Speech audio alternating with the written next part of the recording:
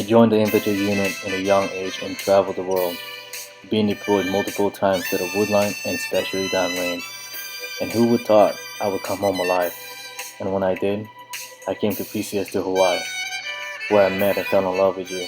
And just my recent tour downrange, I am so lucky to have you supporting me and waiting for my return. Now I just can't wait to come home to this beautiful island just to be with you. I love you. Yeah, so met her family back in 2013. It was Thanksgiving Day. Hazel invited me over. I just remember like seeing her dad. Like I was in the kitchen. I was meeting everybody. I remember Uncle Joe was making. Man, what was he making? I don't know. He always be making some good ass food. Um, Auntie was there, Mama was there, and then her dad. Just like no shirt, just wearing shorts, all big, flexing, And I'm like, that's it. I'm dead. Like these guys gonna grab me by the neck and will just drag me outside, and that's the end of it. But no, I was wrong. It was it's actually cool. It's like a teddy bear. But he our day just ended up like me, him, and Uncle Joe just drinking Coronas outside in the garage, just telling jokes and making stories. And her mom, her mom's crazy in a funny way. Um, she reminds me a lot like my mom. They have that sweetheart feeling. The heart. Man, I remember the time that I would sleep over and have work the following day. She'd be like telling me like, "Hey, Jerricho, I made you some balon. Don't forget it. Bring it next day for your work." I'm like, oh my God, Auntie, like you don't need to do this. It's kind of embarrassing, but that's how she is, and you just gotta accept it. And I was thankful for her doing that for me. And man, I love those balons like every day. Those times that when I had them, and I would just eat them, and I'm just like, oh my God, this is so good. I never had that since I was young. Um, I never actually did anything to for them to like me, or the other way around. It was all mutual. Like I get along with every single one in her family. It could be her cousins or her brother or somebody.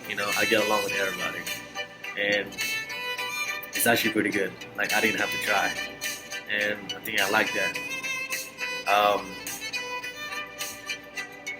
I think the one thing that I really like about this family was they take care of me in a way, in the sense of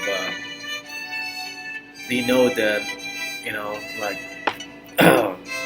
my mom passed. I don't really know where my dad is.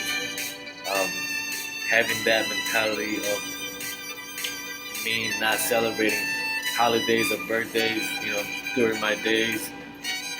Um, like they were just there. Like they opened that door that has been closed for so many years. Because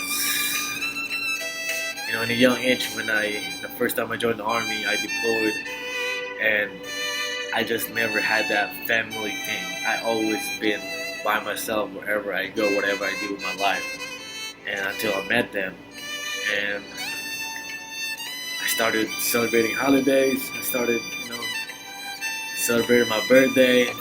Like they would have cake for me for my birthday.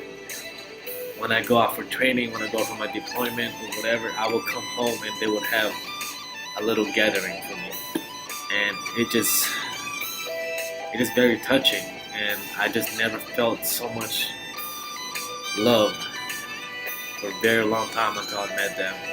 And I'm just so thankful for you guys. I really appreciate everything that you guys have done for me. I love you. Yeah, so I met Hazel through Stephanie. She's actually one of our mutual friends. So think it was back in 2013 or 14 when Stephanie and her friends went to Hawaii to visit.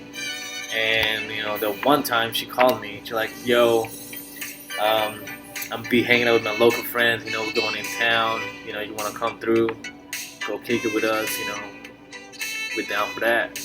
And I'm like, "Yeah, for sure. Why not? I'm not doing anything much." So I went through, and that was it. That's where I met Hazel. I did try to get her number the first day, and it didn't work out too well. She wasn't having it. She didn't give it up. I don't know if she was playing hard to get or whatnot, but hey, she won. I didn't get her number.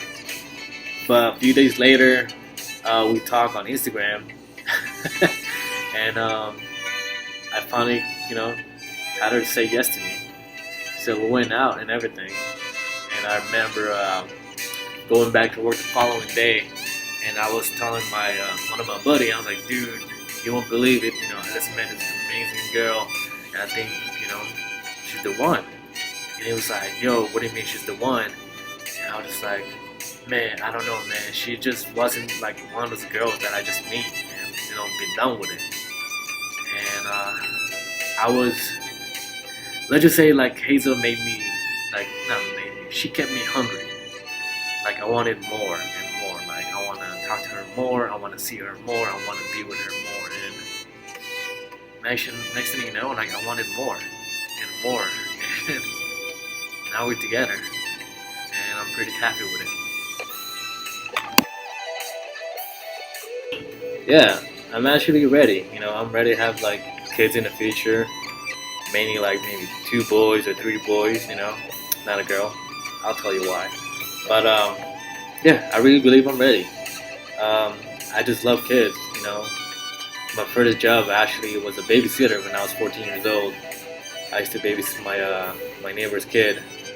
Before they get home from work, I would like play with this kid and play basketball in my backyard or whatever until his parents gets home. So, even help them out with their homework.